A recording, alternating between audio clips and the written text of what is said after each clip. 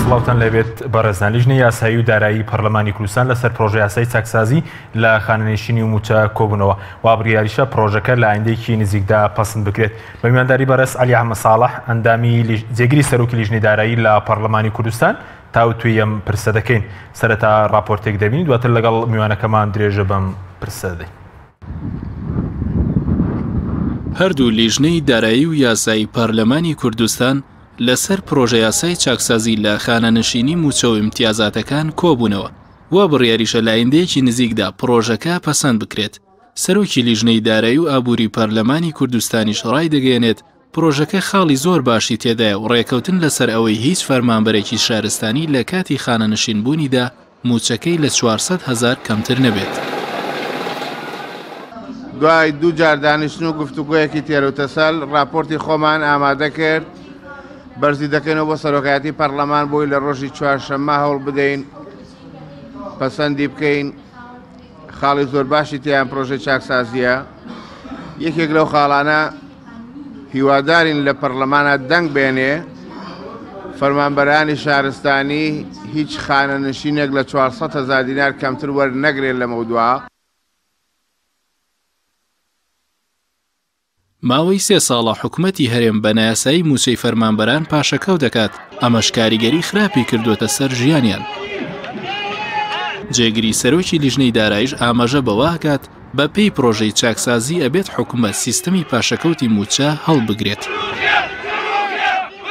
کۆبوونەوەکە 4 خاڵی سەرەکی بوو. لە 3 خاڵیان ناویستی ئەمە بە تەواتی تەحقیق بوو کە بریتیە لەمانە. خاڵی یەکەم ئەوەیە کە سیستەمی پاشەکەوت لەگەڵ جێبەجێکردنی ئەم یاسایە هەڵگیرێت. ئەمە لای ئێمە زۆر گرنگ بوو. خاڵی دووەم کە زۆر گرنگە ئەوەیە کە هیچ خانەنشینێکی مەدەنی لە 400,000 کەمتر وەرنەگرێت. ئەمیش تحقیق بوو. خاڵی سێمی کە قەلەقیەک لای سەرجەم فەرمانبەران هەبوو ئەوەیە کە بە قانون لە پەرلەمانەوە بەشێک لە دەرماڵەکانیان کەم بکرێتەوە. پەرلەمانی کوردستان دەستکاری هیچ دەرماڵەیەکی حکومەت ناکات. پێشتر ناڕەزایەتی زۆر لەلایەن هاوڵاتیان و ڕێکخراوە مەدەنیەکان لەسەر بڕگەی خانەنشینی پلە باڵەکان دروست بوو. ئەندامێکی لیژنەی دارایی پەرلەمانی ژەڵێت ئەم جارە 2 بژاردە هەیە بۆ خانەنشینی پلە باڵەکان. خانەنشینی پلە تایبەت وەکو باسمان کرد لەسەر ئەوە ڕێکەوتین وەکو هەردوو لیژنەی هاوبەش کە اختیاری 15 ساڵ تەمەن و 50 ساڵ تەمەن و 15 ساڵ خزمەت ئەوە اختیارێک بێ و دوای ئەوەی کە تەمەنی نەگەیشتە 15 ساڵ خزمەت و 50 ساڵ تەمەن ئەوە بە ڕێژێکی تر ڕێیەکی تر هەبوو کە بە ڕێژێکی تر خانشیانی بە 2 ڕێی کۆتایی پێهات و ئەمێنێتەوە هۆڵی پەرلەمان کە یەک لای بکرێتەوە. پرۆژە یاسای چاکسازی لە خانەنشینی و موچە و ئیمتیازاتەکان لە 20 مادە پێکهاتووە. پێشتر پرۆژەکە لە کۆتایی مانگی 2 ئەمساڵ لە پەرلەمانی کوردستان پەسەند کرا. بەڵام بەهۆی ناڕەزایەتی لەسەر بڕگەی خانەنشینی پلە باڵەکان گەڕایەوە پەرلەمانی کوردستان و نەچووە بواری جێبەجێکردنەوە. وا بڕیاریشە پەرلەمانی کوردستان لە ئایندەیەکی نزیکدا جارێکی دیکە پرۆژەکە بە دەستکاری کراوی پەسەند بکات.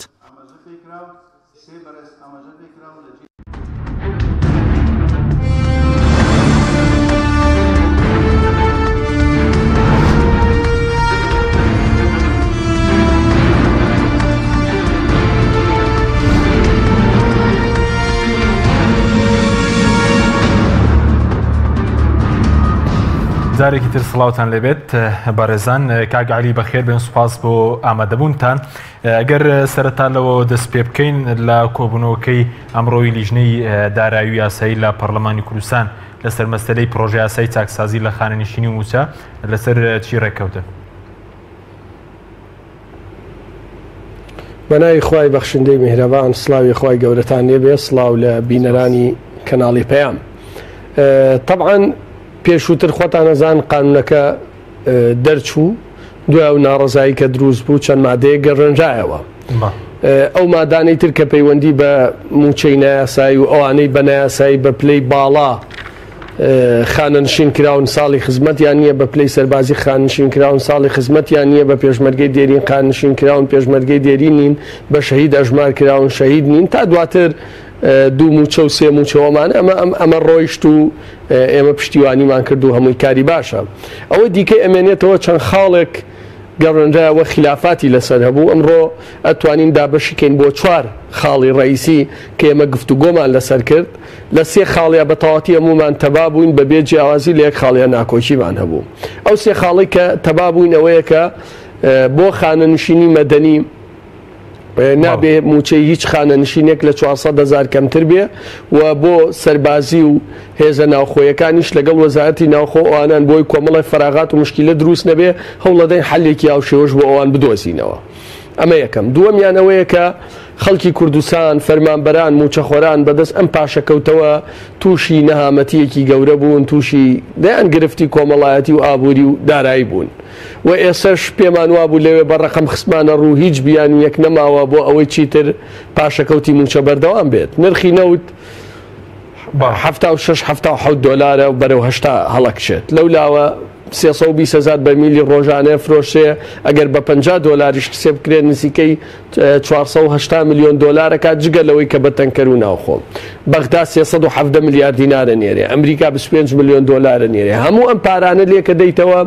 بە زیادەوە بەشی موچەیەکە بەبێ پاشەکەوت و ئەگەر ئەم چاکسازیە بکرێ ئەو نایاسایی و بندیوار و ئەوانەی کە باسم کرد لا برێ بارەکە زۆر سوکترێکا کە ئەتوانرێ موچە بەبێ پاشەکەوت بدرێ و ئەتوانرێت ژیانی خەڵک باش بکرێ وردە وردە پرۆژەی خزمەت گوزاریش دەست پێ بکرێم خاڵە لای ئەمە زۆر گرنگ بوو خاڵێکی کە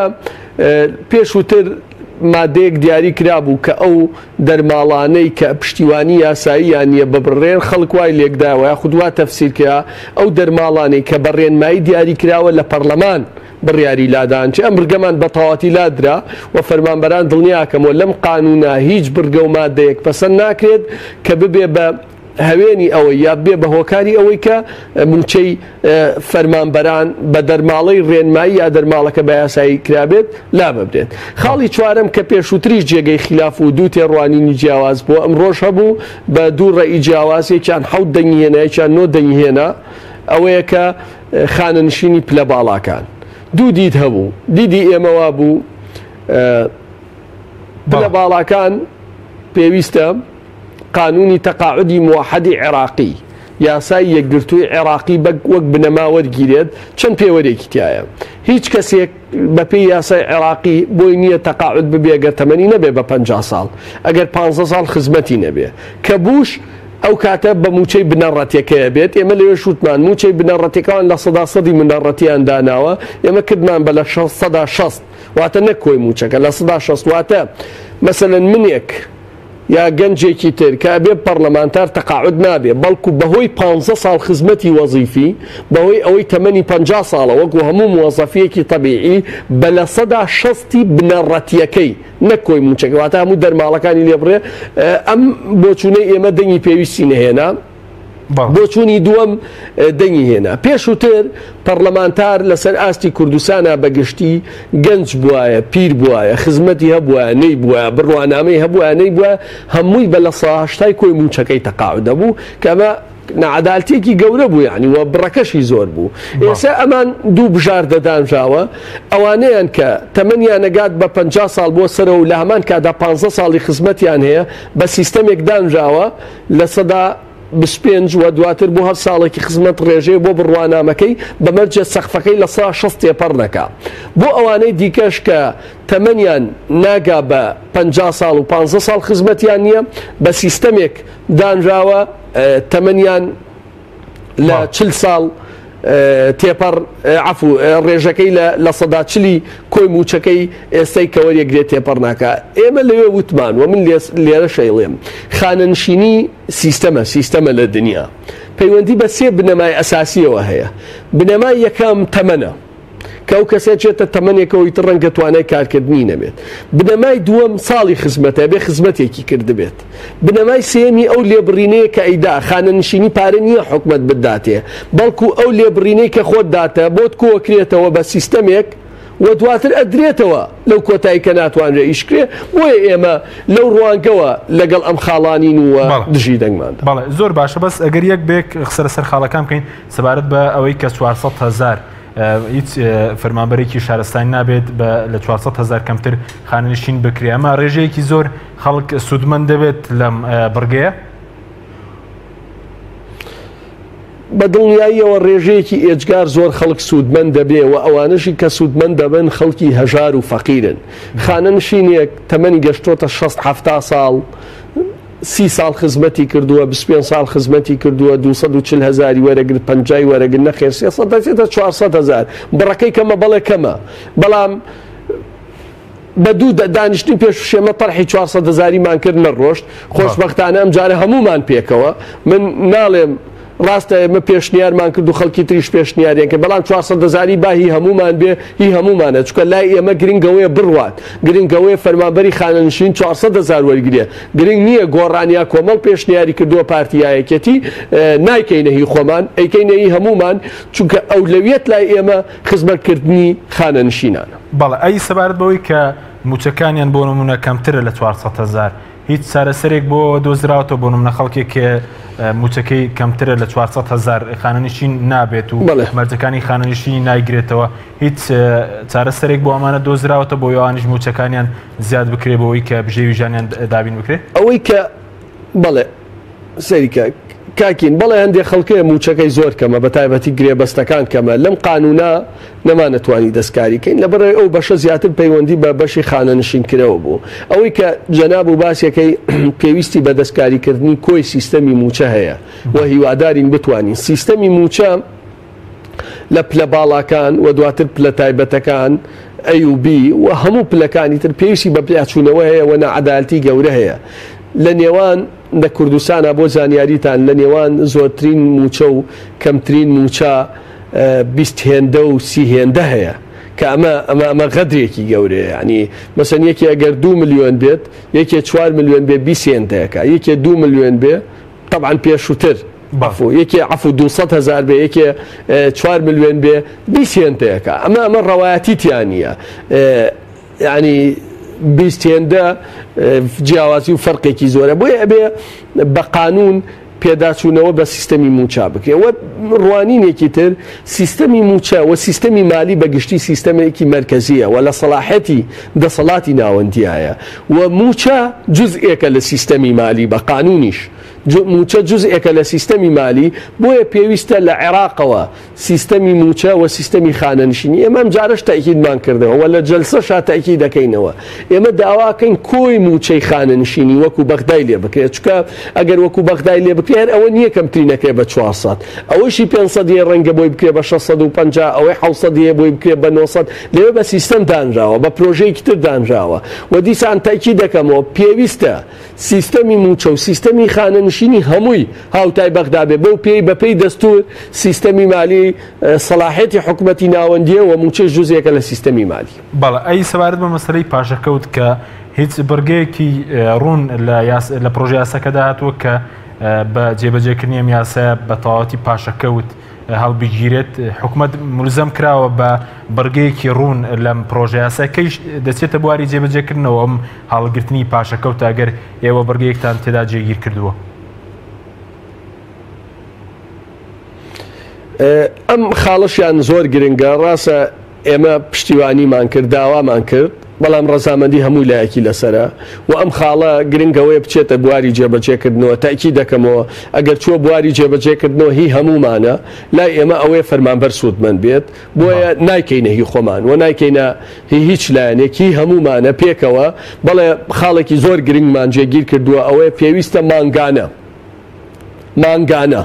نەک چل ڕۆژ و بە مانگانە بەبێ سیستەمی پاشەکەوت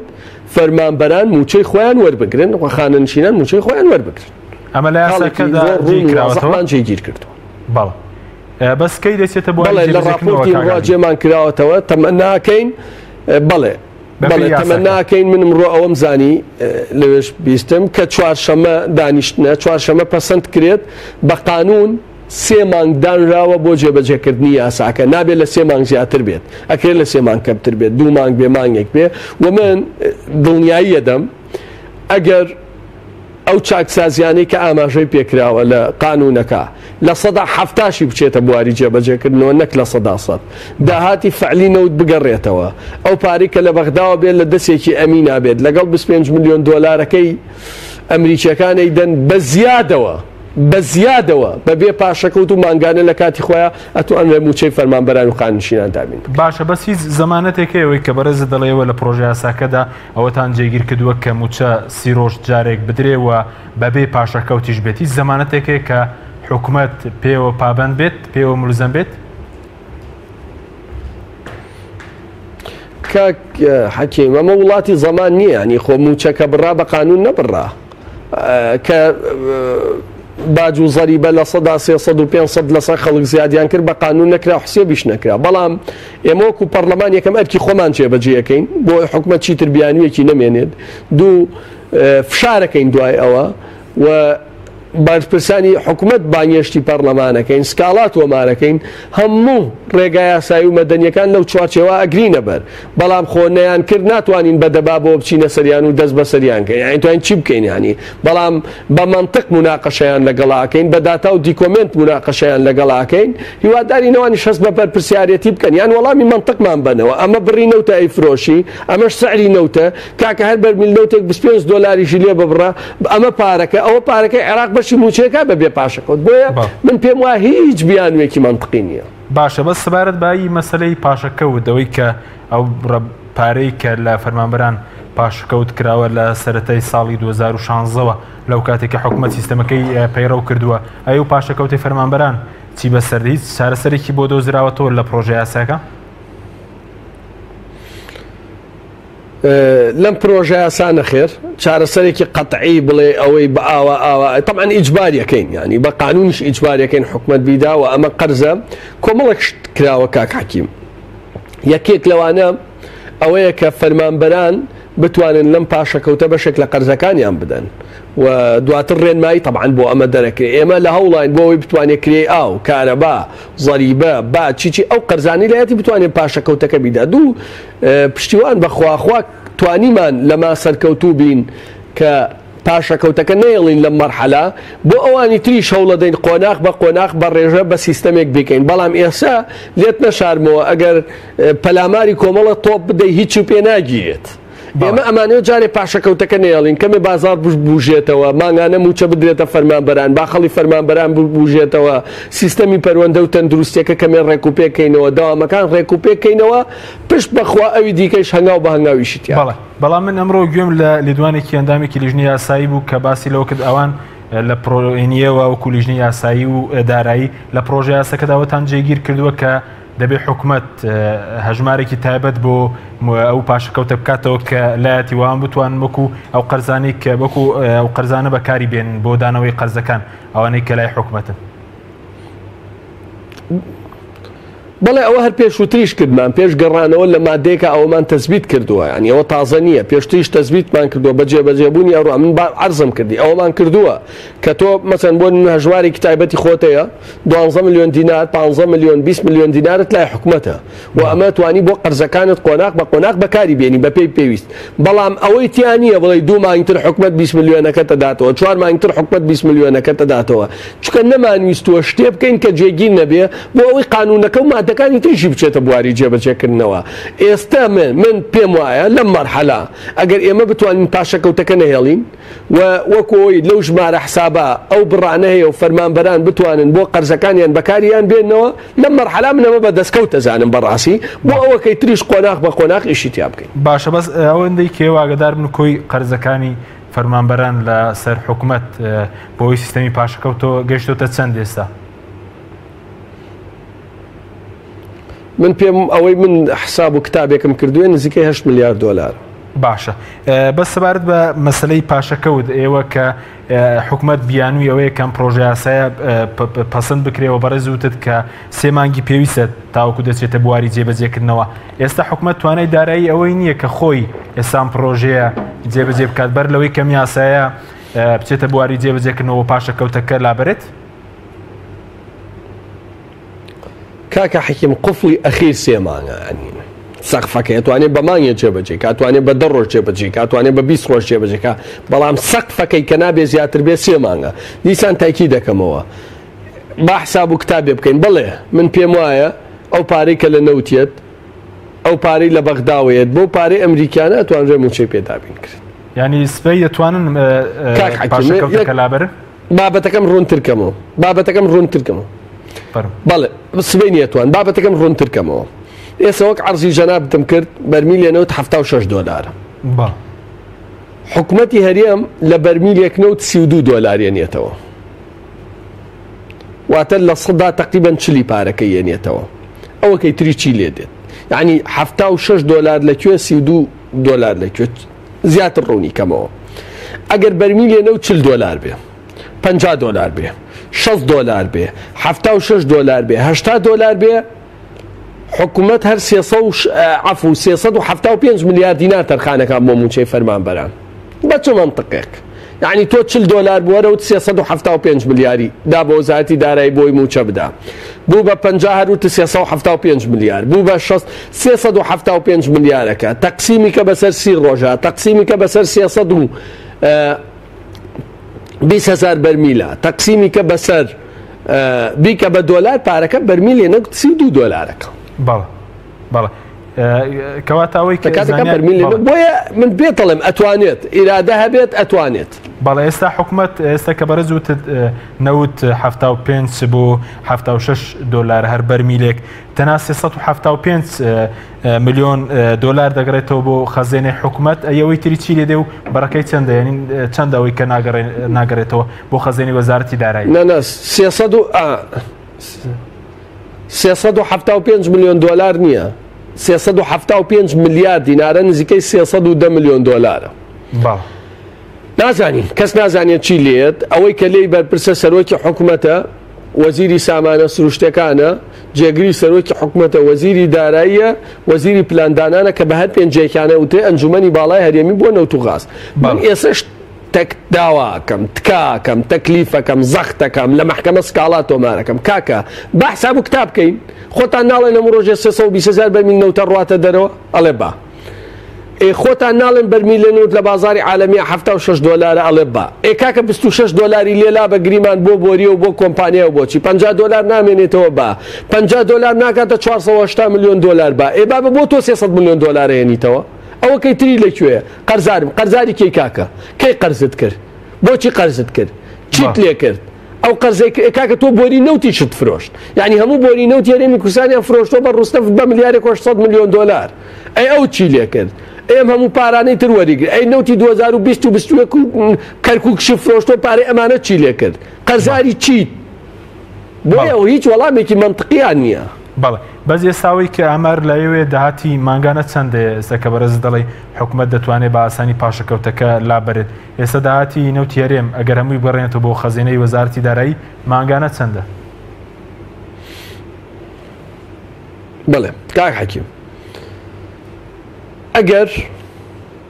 بەرمیلێ نەوت ئێمە بە 50 دۆلار ئەژمارکەین نەک 76 دۆلار نەک 77 دۆلار کە بازاری عالەمیە 50 دۆلاری صافیمان حساب کردووە بەس بە بۆری 480 ملیۆن دۆلارمان لێرە دەستکەوت بە 25 ملیۆن دۆلاری ئەمریکیەکانەوە بوو بە 405 ملیۆن دۆلار عفو بوو بە 505 ملیۆن دۆلار 505 ملیۆن دۆلار لەگەڵ 370 ملیار دینار لە عێراقەوە دێت ئەمە نزیکەی 950 ملیار دینارە واتە ئەمە بەشی موچەیەکە بە گەندەڵیشەوە بە بندیواریشەوە بە هەموو شتێکەوە لەولاوە کە ئۆتۆماتیکی تۆ کە موچەکەت طبیعی کردەوە داهاتی ناوخۆ زیادەکە خەڵک باجەدا زەریبەیەدا کاڵاکرێ لەولاوە داهاتی ناوخۆت زیادەکە توانی پێداویستیەکانی وەزارەتەکان بە زیادەوە دابین کەیت و مەشارێعەکانیش وردە بکەی و داهاتی بەرهەمە نەوتی و ناوخۆیەکانیشێ ئەویش دیسانەوە ئەتوانی ینی ئەگەر دەستێکی پاکە بێ و ڕوئەیەکی ڕوون هەبێ بە پێ معادلەی کە عەرزی جەنابتم کرد بە دڵنیاییەوە کێشەی موچە نامێنێ بەڵێ زۆر باشە سەبارەت بە مەسەلەی دەرماڵەکان کە بەرز وتە دێوەکو پەرلەمان بڕیارتان داوە کە هیچ دەرماڵەیەک کێ نەبڕن و مەلەفە تەسلیمی حکوومەت بکرێتەوە بەڵام واز ناکەن حکوومەت ینی بڕیارێکی خراپدا لەسەر مەسەلەی دەرماڵەکان و کاریگەری هەبێت لەسەر کەمکردنەوەی موچەی فەرمانبەران بۆچی ئێوە و ئەم بڕیارەتان داوەتە دەستی حکوومەت بۆچی خۆتان بڕیارتان لێ نەداوەکو پەرلەمان کاک حەکیم سەریح بین یعنی ئەوانەی لە قانون شارەزان زۆر باشەزانن ئەوەی قانونە دەسەڵاتی پەرلەمانە ئەوەی تعلیماتە دەسەڵاتی ئەنجومەنی وەزیرانە یعنی لە ڕێنمایەکانە کە کراوە نابێ ئەو دەسڵاتی من بە دەسڵاتی ئەوانە دوو ئەوان نێتێکیان هەبوو کە ئەم دەرماڵانە کەم بکرێتەوە خۆیان نانەویست کەمیکەنەوە بە کێ کەمیکەنەوە بە پەرلەمان کەمیکەنەوە خۆیان نانەویست ئێمە مناقەشەمان کرد من ئەم ڕۆژ دیسان تاکیدمان لێ کردۆ لە کوبوونەوە موظفینی کوردستان دوای ئەم هەموو 4 ساڵە بێموچەی نەهامەتی دروستبوونی تیان قەیران و گرفت دێی ئەو دەرماڵانەیان کەمەکەیتۆ کە بە تعلیمات کراوە بە هیچ شێوەیەک ناکرێ بۆیە ئێمە دژی ئەوە بووین پەرلەمان بەکار بهێنرێ پەرلەمان بکرێ بە وەسیلەیە بۆ سزادانی خەڵک وە سەلاحێتی ئێمەش نییە یعنی من ئێسا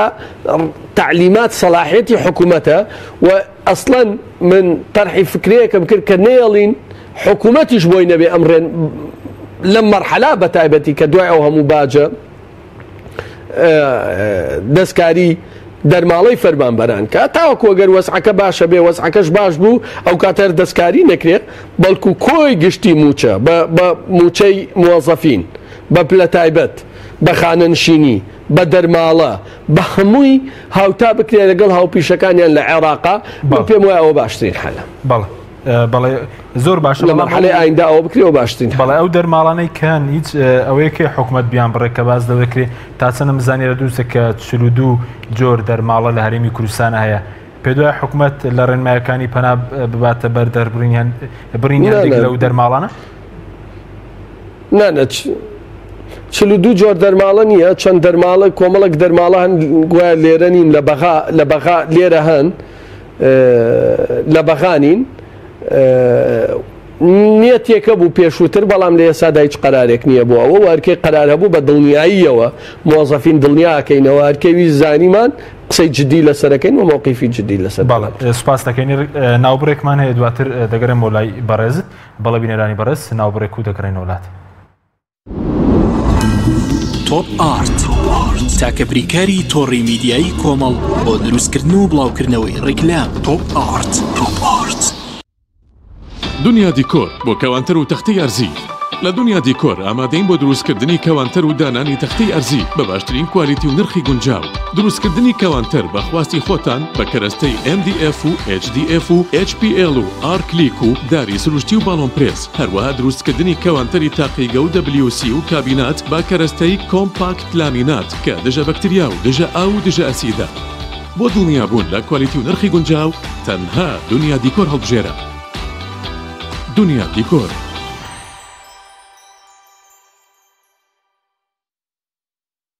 گروپی کۆمپانیەکانی نوێکار بۆ جوانکاری بیناسازی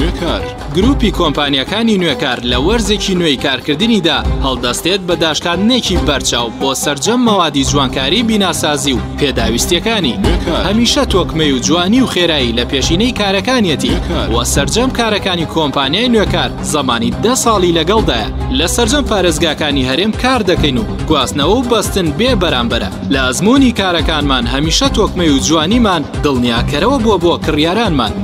ناونیشان کەلار شەقامی سەرەکی لیوا بازار بەرامبەر مزگەوتی تەقوا گروپی کۆمپانیەکانی نوێکار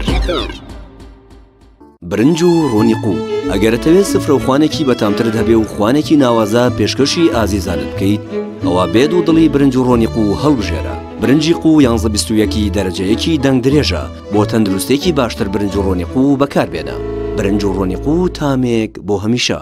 فانسینێت خێراترین هێڵی ئینتەرنێت بە داوڵۆندی بێسنوور ئێستا لە خزمەت کڕیاراندایە فانسینێت جۆرەها کارتی پڕکردنەوەی بۆ ئامادە کردوون کە سەرجەمیان داوڵۆندیان بێسنوورە بۆ ماڵ و شوێنە گشتیەکان کارتی 9000 دیناری بۆ ماوەی 1 هەفتە کارتی 7000 دیناری بۆ ماوەی 15 ڕۆژ کارتی 30000 دیناری بۆ ماوەی مانگێک کارتی 40000 دیناری بۆ ماوەی مانگێک و بە خێرایی زیاتر کە تایبەتە بە یاری ئۆنلاین هێڵی فانسینێت لە ڕێگەی ئامێرێکی تایبەت کە لە سەرباندا دەنرێت وەردەگیرێت و لە ڕێگەی گێنەرێک بۆ ئامێری بڵاوکردنەوە لە ناو ماڵەکەت یان شوێنی کارەکەت کاری پێدەکرێت ژمارەی تەلەفۆن 0 224 75 74 یان 0 194 36 37 فانسینێت کاتێک ئێوارەگەڕێیتەوە بۆ ماڵەوە بۆنێکی خۆش سەرنجت ڕاکێشێ خۆت بۆ ڕناژیرێت و سەرێک لە چێشتخانەی ماڵەکەتە دەی خانمی ماڵ بەڕوێکی خۆشەوە پێتەڵێ بۆن و بەرامەی فاسۆلیای هانا چاوەڕێ خوانێکی شاهانەمانەکە فاسۆلیای هانا تام و لەزەتی سفرەی ئێوارانی ڕەمەزانە. فاسۆلیای هانا لە بەرهەمە ناوازەکانی کۆمپانیای ئازاد ڕایسە.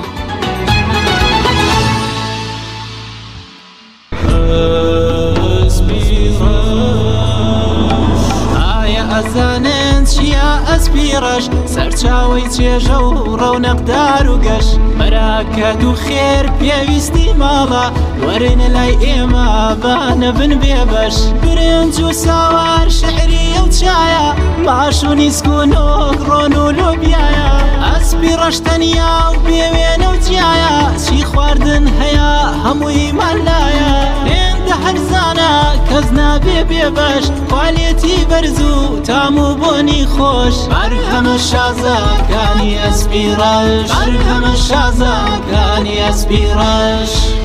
بەرهەمەکانی گروپی ئەسپیڕەش. تۆپ ئارت تاکە بریکاری تۆڕی میدیایی کۆمەڵ بۆ دروستکردن و بڵاوکردنەوەی ڕیکلام. تۆپ ئارت.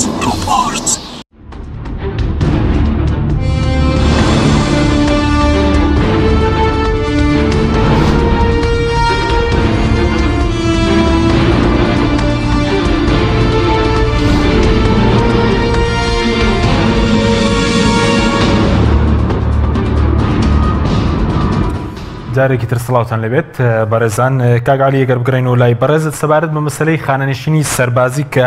بۆچیەوە ئەمڕۆ ئێوەیەکلاتان نەکردەوە بۆ ئەوانەی کە فەرمانبەری بواری سەربازین بۆی کەوانیش ڕێژەی موچەکەیان خانەنشینەکان لە 400,000 کەمتر نەبێت. هەوکارەکەی چیە کە ئەمڕۆ ئەمەیەکلا نەکرایەوە؟ بەڵێ وەڵا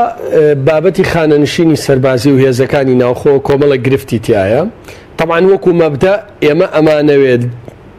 400 کەمتر نەبێ و ئەشیکەین بەڵام چەند شتێکی حەزەکەم ڕوونی کەمەوە بۆی خۆچکەمە خزمەت بە خۆیانەکەم. کاک حەکیم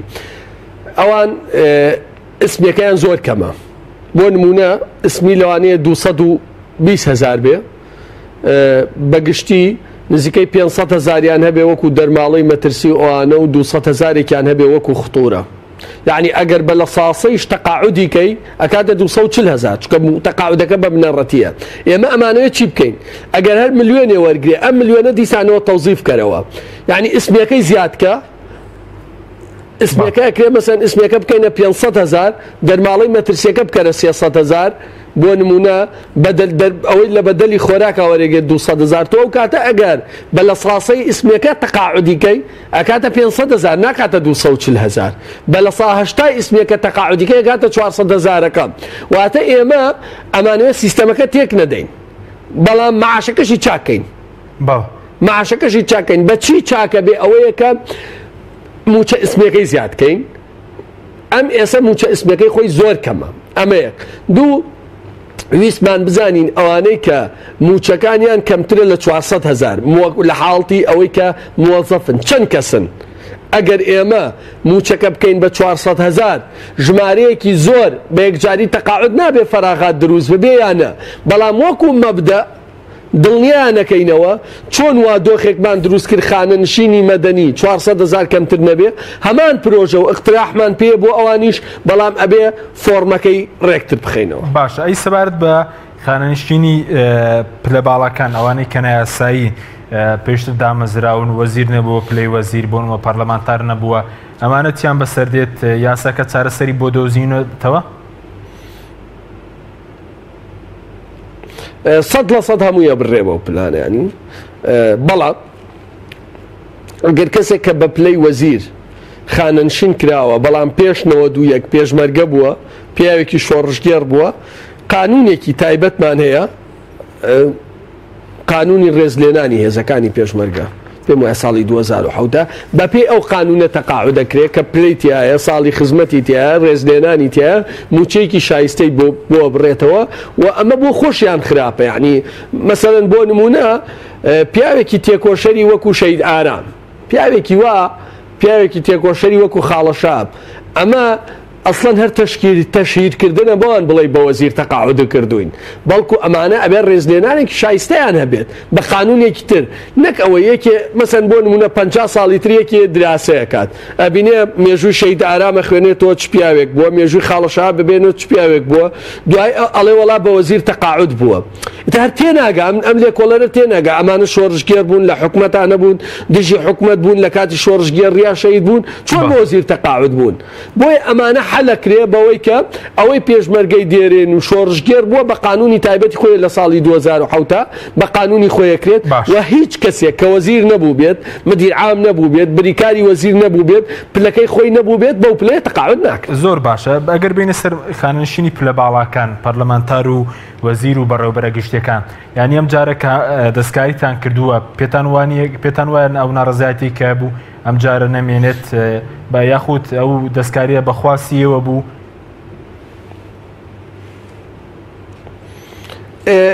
سەریکە من وەکوتم ئێمە دەنگمان پێ نەدا ئەو کەس دەنگمان پێ نەمەدا لەگەڵ قانونی تەقاعودی عێراقی مع التعدیل لەگەڵ قانونی تعدیلکردنی قانونی تەقاعودی عێراق بووین چونکە قانونی تەقاعودی عێراقش بێکێشەنیە ئیسا عەرز دەکەم کاکین یعنی من دیسان تاکی دەکەمەوە اختیارێکشمان هێشتۆتەوە اختیارێکی تایە هەر پەرلەمانتارێک هەر پلە باڵایەک ناوێ خۆی تەقاعود کا بگەڕێتەوە سەر کارەکەی پێشووتری مەسە من لەوانەیە خۆم یعنی ئەو بژاردەیە بەکاربێنم پێشووتر بە لە ساهشتا تەقاعودە بوو 6 ملیۆن و 400,000 وەرەگرت هەمووی علی حەمە ساڵحێکە 34 ساڵ تەمەنیەتی لەگەڵ یەکێکا کە 58 ساڵ تەمەنیەتی 6 ساڵ تەمەنیەتی 30 ساڵ خزمەتی هەمووی 6 ملیۆن و قسووری وەرەگرت بە لە ساهشتای کۆی موچە و دەرماڵەکەی کە ئەمە زۆر خراپ بوو ئێمە هاتین پێشنیاری ئەوەمان کرد قانونی عێراقی تەقاعودی لە باڵاکان سیستەمێکی تایە ئەساسەکەی لە 125 بێ بۆ هەموو کەسێ بە لە 125 بنەڕەتی نەکۆی موچەکەی و بۆ هەر ساڵێکی خزمەتی ڕێژەیەکی بدرێتێ بۆ بڕوانامەی ڕێژەیەکی ئەوان ئەڵێن لە 100 زیاتر دەبێ ئێمە وتمان لە 160 شکە لە 100 زۆرە ناکێ فەرمانبەر لە 180 بێ پلە باڵاکان لە 160 ئەم پێشنیارەی دەی نەهێنا پێشنیاری دووەم پێشووتر برای بەڕێسم کە پێش ئەوەی قانونەکە بگەڕێنرێتەوە ئەوانەی کە 15 ساڵ خزمەتیان هەبووە 50 ساڵ تەمەنیان هەبووە لە 170 بوو ئێستا گەڕێنراوە کرا بە لە 160 و ئەوە کەی تریشی کرا بە لە 140 ئەوەی ناگا بەوهینە ئێمە دیسانەوە تایکی دەکەینەوە پێشنیاری ئێمە عێراقە لەگەڵ تعدیلکردنیا بەڵام پەرلەمان یعنی زۆرینە و کەمینەیە خۆ چی بکەین یعنی ئەمە پرۆسەی دیموکراسیە زۆرینە و کەمینەیە هیوادارین لە قاعی پەرلەمانیشا هەمومان پێکەوە نە پرۆژەی گۆڕانە نە پارتی نەیەکێتی ئەوەی عێراق بە بنەما وەرگرین و تعدیلیکەین بەڵام ئەگەر نەمان کرد بڵێ بەخواستی ئێوەیە ئەڵێم نەخێر بڵێ باشترە لەوەی پێشووتر ئەڵێم بەڵێ ئەگەر پیا بە ئینساف بێ باشترە لەوەی پێشتر بەڵێ زۆر باشترە بەخواستی ئێمە نەخێر بەخواستی ئێمە باشە زۆر باشە بەڵام بۆین لای ئێمە و بینەرانیش ڕوون بێ ئێستا بۆ نمونە پەرلەمانتارێک کە 50 ساڵ تەمەنی بێ و 15 ساڵ خزمەتیە بێ ئێستا بە چەند خانانشین دەکرێت ئێستا بە پێم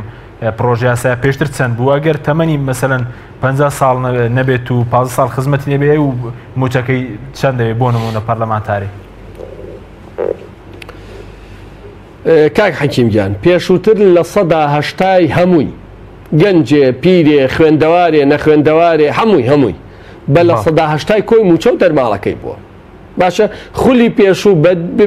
هەمووی بەوە تەقاعود کرا خولەکانی پێشووتری هەمووی بەوە تەقاعود کراوە باشە ئێستا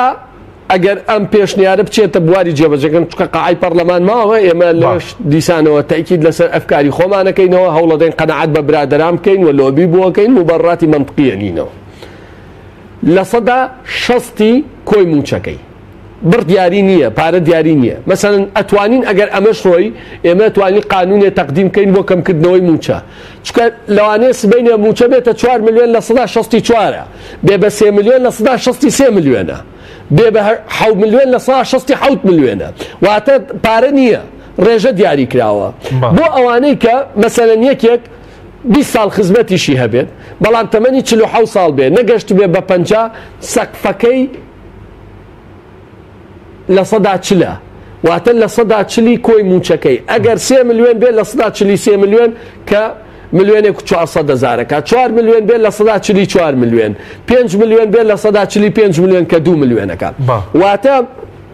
بڕ نییە ئەوەی کە دیاری کراوە بە ڕێژەیە. باشە بەس بەڕێز دەڵی خواستی ئێوە نەبووە ئێوە داوای چتان دەکرد بۆ نمونە چی لێبێ خانەشینی پلە باڵەکە؟ بەڵێ من دوو حاڵەتەیە خۆ فکرەیەکە بوو یعنی ئەگەر هین هەبێ خۆ بار نەمێنێت چیانی خانیشتن پلە باڵەکان نەمێنێ ئەگەر ئەمێنێ کە ناتوانانی یعنی یەکێ وەکو مۆزەفی طبیعی یعنی ڕەواش بێ یەکە 30 ساڵ خزمەتی هەیە و 6 ساڵ تەمەنی هەیە و وەزیفەشی بینیوە ئیسە بۆ پەرلەمانتار بڵێ تەقاعود ناکەم بڕۆ و ماڵ چۆنەشی بشی ئەمەش نابێ ینی میسالی نەبین منطقی بین. ئێمە پێشنیارمان کرد ئەوەی بەغا ئەڵێ لە 100% بنەڕەتیەکەی نەکۆی موچەکەی واتە هەموو دەرماڵەکانی لێکەرەوە لە 100% بنەڕەتیەکەی ئێمە وتمان لە 100% زۆرە کەم کرێتەوە بۆ لە 160 موچە بنەڕەتیەکەی بۆ چێ بۆ ئەوەی تەمەنی ئەگا بە 50 ساڵ بۆ ئەوەی 500 ساڵ خزمەتی هەیە وەزیفەی بینیوە تەمەنی کردووە تا دواتر من خۆم لەگەڵم بۆ چونان بەڕاستی دیفاعیشی لێ یەکەم نەک ئەوەی لەگەڵ ئەوە بم ئەوەی بوو بە پەرلەمانتار کەیفی خۆیەتی تەمەنیشی 6 ساڵ بێ و 20 ساڵ خزمەتیشی هەبێ و نابێت دیناری بدرێتەوە ئەبێ سزنیکەیت و چنانە لەگەڵەوانیم منطقی خزمەتی وەزیفی هەیە 50 ساڵ تەمەنی بۆ سەروێ خزمەتی کردووە لە 160 بنەڕەتی بە ڕێژەیەکیش لەوانەیە هەبێت لە 142 بۆ دەرچێت هەبێت لە 143 بۆ دەرچێت تا سەقفەکەی لە 160 زیاتر نەبێت بنەڕەتی بێ دەرماڵە من پێم وایە ئەمە عەدالەت بەغا لە ساسەی داناوە بۆ سیستەمە ئێمە کەمیکەینەوە بۆ لە 160 هەم ئەو پەرلەمانتارە توانێت ژیانی خۆی دابین کا دوای ئەوە و هەم بڕەکەشی زۆر نییە و هەم عەدالەتیشی تایە هەم شتێکی منطقیش بەڵام ئەوە عەدالەتی تێدا بۆ نمونە پەرلەمانتار نەگەیشتوتە 50 ساڵ تەمەن و بۆ نمونە خزمەتەکەی 5 ساڵ نییە بەڵام هەر خانەنشین بکرێ ئێوە لەگەڵەوە دابوون نەخێر لەگەڵ ئەوان نەبووین لەگەڵیشی نابین دەنگیشی بۆ نادین باشە زۆر باشە من سەرەتا شینم کردی کاهین خانەنشینی سیستەمە کاک حەکیم تخوا بام خانشی سیستەمە فەلسەفەیە یعنی ئەوە نییە تۆ لە خۆتۆ بێ وەڵا خەڵکی تەقاعود دەکەم تەقاعودی ناکەم ئەبێم کەسە تەمەنێکی کرده بێت حدودێ دانرێ پەیوەندی بۆیە تەمەنی کردو و توانای کارکردنی هەیەیانەتی دووەم ئەبێم خەڵکە خزمەتی وەزیفی کرد بێت سێم ئەبێت لێبڕینی دابێت ها مەسەن هەمومانیە لە 100 دەیت و حکومت بەشێکی بۆ خاتە سەر و ئەوانە ئەبێ ئەمانەی دابێ هەموو ئەمانە کۆکرێتەوە بە سیستەمێکە و جا تەقاعود دەکرێت خۆ ئەمە مەعامەلەکردن نییە یعنی باشە زۆر باشە کاتمان کەمەوە بەس پرسیارێکی تر لەسەر یاساکە کەی بڕیارە چوارشەممە پەسەند بکرێت هەموو فراکسیۆنەکان ڕێکەوتونە سەرەوەی کە پەسەند کرێت پێم وایە ئەمڕۆ راپۆرتەکە تەواو بوو ئێستا دیاریکردنی کاتی جەلسە لە دەسەڵاتی سەرۆکایەتی پەرلەمانە دیسان تاکی دەکەمەوە سەرباری ئەو تێبینەی کە هەمانە لەسەر پلە تایبەتەکان سەرباری ئەوەی کە هەمانە شتی زۆر زۆر باشیەتایە ئەو هەموو خانشێنە یاساییە ببڕێت ئەوانەی شەهید نەبوون لە ڕیزی شەهیدانن نەمێنێن ئەوانەی کە پێشمەرگەی دێرین نەبوون لە ڕیزی پێشمەرگەی دێرینان نەمێنێت ئەوەی زیندانی سیاسی نەبووە لە ڕیزی زیندانی سیاسیان نەمێنێت ئەوەی بە نایاسایی بە وەزیر و عەمید و عەقید و لیوا و مدیرعام تەقاعود کراوە نەمێنێت خانشینی مەدەنی بکرێ بە 400,000 و خانشینی عەسکەریش حەلکەین دەرماڵی کەس کەم نەکرێتەوە پاشە کەوتی موچە لابرێ هەموو ئەمانە دەستکەوتی گەورە جێبەجێکردنیەتی ئەبێ حکومت مەسئولکەین لەوەی کە جێبەجێیکە لەو لاشەوە ئەوەی ئەگەر بتوانین پلە تایبەتەکانیش چاکەین وەک ئەوەی تەرحم کرد من پێم وایە 100% یاساکە شتێکی باشە و خزمەتی کۆمەڵانی خەڵکی کوردستانەکە زۆر باشە ملاحەزەی خلیشمان جێگیر بەڵێ کاتمان کەمەوە بەس لەسەر مەسەلەی بنزینیش دەمەوێت کەمێک قسە بکەین بۆ مەسەلەی بنزین بۆ چی هیچ کۆبوونەوەیەک لە پەرلەمان ناکە یاخۆ هۆکاری گرانبوونەکەی چییە بەڕێستان ئەندامی لیژنەی سامانە سروشتیەکانیش نیت بەدوالەچوونێکتان کردووە لەسەرەوەی کە بۆچی ئەم نرخی بنزین لێرە ئەوەندە گرانە لە ناوەڕاست و باشووری عێراق نرخەکە ئەرزانترە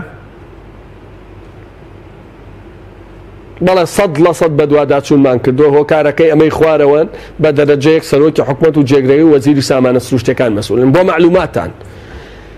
هیچ پاڵاوگەیەک نییە ئێستا لە کوردستانە بنزین بپاڵێوێ بۆ حکومەتی هەرێمی کوردستان بە پاڵاوگەی بازیان بە پاڵاوگەی کەڵەکیشەوە بۆ معلوماتان پاڵاوگەی بازیان پاڵاوگەی کەڵک ئێستا بنزین نەوتی خاو ئەپاڵێون بۆ حکوومەتی عێراقی حکوومەتی هەرێم نەوتی خاو نادا بۆ پاڵاوگانە بیپاڵێن ماوەیەکی زۆر زۆرە نەک ئێستا تاوەکو بنزینەکە حکوومەتی هەرێم وەرگێتەوە لە بازارە بفرۆشە بە سعری پشتیوانیکردن حکوومەتی هەرێم وازی لە بنزین سوتەمەنی بازاری کوردستانیەوە هەموو نەوتەخاوەکە فرۆشێ کەس نازانێ پارەکە چی لێت ئێستا بازیان نزیکەی 20,000 بەرمیل نەوتە پاڵێوی ڕۆژانە هەموو منتوجاتەکانە داتەوە حکوومەتی عێراقی چکە نەوتەخاوەکەی حکوومەتی عێراقە کەڵک نزیکەی 50 بۆ 55,000 بەرمیل نەوتە پاڵێوێ ئەیداتەوە حکوومەتی عێراقی واتە حکوومەتی هەرێم خۆی ئەیتوانی نەوتی خاو لەم پاڵاوگانەی خۆی بپاڵێوێ بنزینی دەسەکەوتەوە ڕۆژانە چەند بنزیخانەیەک ئەی فرۆشتەوە بە سعری مەدعوم پشتیوانیکردن بەڵام ێستا بە سعری پشتیوانیکردن نایفرۆشێتەوە ئەوەی کە هەیە ئێستا بازاری کوردستان 100% پشتی بە بنزینی بازرگانی بەستووە لە دەرەوەیەت بەزردنی بازرگانیش پەیوەندی بە سعری بۆرسەی نەوتەوە هەیە هەتاوەکو نەوت گران بێ مشتەقاتەکەشی گرانە بێ کە بنزین و گازوایل و تا دواترە بەداخەوە گرانبوونی نەوت لە بری ئەوەی ببێ بە خێر و بەرەکەت بۆ وڵاتی نەوتی کە ئێمە نەوتین بووە بە زەحمەت نەوت گرانە بێ داهاتی نەوت زیاد ناکە بەڵام هەموو گرانە بێتەوە لەڕێە بۆیە حەلەکە ئاسانە حکوومەتی هەرێم لە بری ئەوەی بەداخەوە عیبەیەکی گەورەیە شەرمەزاریەکی گەورەیە پاڵاوگە نەوتەکانی هەرێمی کوردستان نەوت بۆ حکوومەتی هەرێم نەپاڵێون نەوت بۆ حکوومەتی عێراق بپاڵێون مشتەقاتەکە بدەتەوە حکوومەتی عێراق وڵای ئێمە داوا لە حکوومەتی عێراقین بنزیمان بداتە ئەی خۆ لاو بووە بە دەوات ئەی خۆ نەوتی خاوت نییە بۆ لە پاڵاوگەکان نایپاڵاوی و بیدەیتەوە حکوومەتی عێراق ئێستا چاو لەوەیەکە محاولەیەکە کە حکوومەتی عێراق 5 ملیۆن لتر بنزین مانگانە بنێرێ 2 ملیۆن بۆ سلێمانی 2 ملیۆن بۆ هەولێر 1 ملیۆن بۆ دۆک من پێم وایە ئەمە بڕێکی باش لەبارەکە کەمەکاتەوە بەڵام بەڕاستی ئەگەر هاوتا لەگەڵ ئەمە حکوومەتی هەرێمیش خۆی ئەیتوانی لە نەوت بپاڵێوێ لە پاڵاوگەکانی خۆی بنزینە بۆ 450 دینار لە هەرێمی کوردستان باڵێ بەس ئەوەی کە بەداچوتان کردووە ئەمە ڕاستە کە باز لەو دەکەی بۆ نمونە ئەو بنزینی کە لە هەرێم بە 700 دینار 710 دینارە لە مووسڵ لە شوێنی تر بە 425 دینارە ئەمە هیچ ڕاستێکی تێدا هەمان نرخ بە هەمان بڵێن هەمان کۆمەڵێتی بێت ئەرزم کردی بەڵێ ئەرزی برای خۆمم کرد ئەو بنزینی کە لە بازیان لە کەڵەکە پاڵێورێ ئەو نەوتەی کە ئەپاڵێورێ بنزین و گازوایل و نەفتا و چی کۆن چی تێ بەرهەمێنرێ ئەم بەرهەمە دێتەوە حکوومەتی عێراق واتە بنزینەکەی بازیان منتوجاتەکەی بازیان کار ئەدرێتەوە حکوومەتی عێراق چکەی نەوتەکەی ئەوە بە پارە بۆیە پاڵێون ئەمان ئەو ئیتر لە شارەکانی خۆی بە 450 دینارەوە واتە بنزینی هەولێر لەوێ بەوە نەی نەکرێت بنزینی بازیان لە شارەکانی تری عێراق بەوە نەدرێت چکە ئەو دیاری کردووە بەڵێ بە کورتی قۆرخکاری نیە لە بواری بازینەکەی خۆیتی بە سەری پشتیوانیکەری بە کورتی بێ کاتمانەماوە دوو پاڵاوگە هەیە ئەگەر شەشیش هەبوایە حکوومەت نەوتی خاوی نەداتێ چی لێکە یعنی ئێستا خۆ ئەم دوو پاڵاوگە هەیە ئێخۆ ئەمە نەوتی خاوی لێ ناپاڵێورێ بۆ حکوومەتی هەرێم یعنی تۆ دانانی پاڵاوگە فترێکی زەمە ئەگەر ئێسش مۆڵەتی پێ بدێ ساڵە ساڵ و نیوەکێ تۆ جارێ بە ئەم دوو پاڵاوگە بە فول تاقە ئیش بکەن من پێم وایە ئەم دوو پاڵاوگە بە فول تاقە ئیشکەن نەوتی خاو بدەنە حکوومەت بنزینەکان لێ وەرگێتەوە ناڵێن بە بەلاش بیدا بە خەڵک حکوومەت با بنزینەکە بفرۆشێ بە خەڵک بەڵام بە سعری پشتیوانیکردن وەک عێراق تا ڕادەیەکی گەورە کێشەی سوتەمەنی حەلە بەڵام ئەمە ناکە 1 لیتر نەوتی خاو ناداتە پاڵاوگەی بەڵە زۆر سپاس کاگالی زۆر سپاس بۆ بەشداریتان لە بەرنامەکەمان دەکە لە هەولێرەوە لەگەڵمان بووی سپاس بۆ بینەرانی بەڕێز سپاس بۆ کارەم تا بەرنامێکی تر سپاس.